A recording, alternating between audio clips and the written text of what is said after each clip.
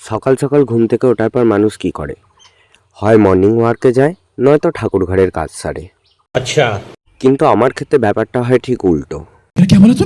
ঘুম থেকে উঠে নিজের সব কাজ বিসর্জন দিয়ে আগে এনার সেবা করতে হয়। উনি আবার মানুষের থেকে একটুখানি বেশি পরিষ্কার, তাই পটি করার পর সোজা চলে আসে কলেতে এবং চোখ ধোয়া, পিছন ধোয়া, মুখ ধোয়া সব কিছু কমপ্লিট করে চলে যায় উনি আমাদের দৌড়েতে বিস্কুট খাওয়ার জন্য। চিকুকে দৌড়ে রেখে দেওয়ার পর আমি একটুখানি ছাদ পরিদর্শন করতে যাই।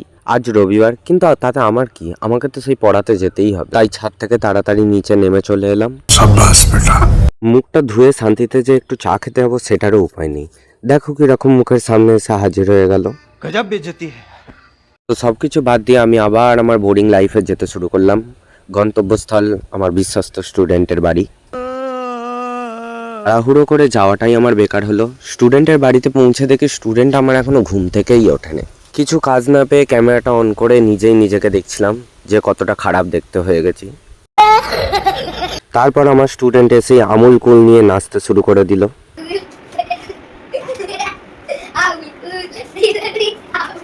बड़ा हरामी हो बेटा। তারপর তাকে এতগুলো বই পড়িয়ে আমি সেখান থেকে বিদায় নিয়ে নিলাম। বাড়ি আস্তে আস্তে ভাবলাম আজকে দিনটা হয়তো ভালো কাটবে, কিন্তু ওই যে একটা কথাই আছে না, কুত্তার পেটে ঘি সহ্য হয় না। বাড়ি ফিরে দেখি এনারা পড়তে এসে হাজির। তারপর আমি ওদেরকে জিজ্ঞাসা করলাম, পড়তে না বসে তোরা জলে নেমে কি করছিস? সঙ্গে সঙ্গে আমাকে উত্তরটা দিল, ওদের পড়ানো শেষ করে আমি চলে গেলাম বুকির কাছে, দেখি বুকি কি করছে। গিয়ে দেখি বুকি এটা কি করছে, পড়ছে নাকি ফোন ঘাঁটছে।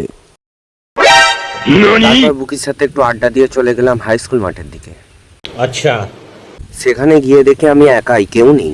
2000 years later. তারপর দেখি এনারা একে একে পদার্পণ করছেন।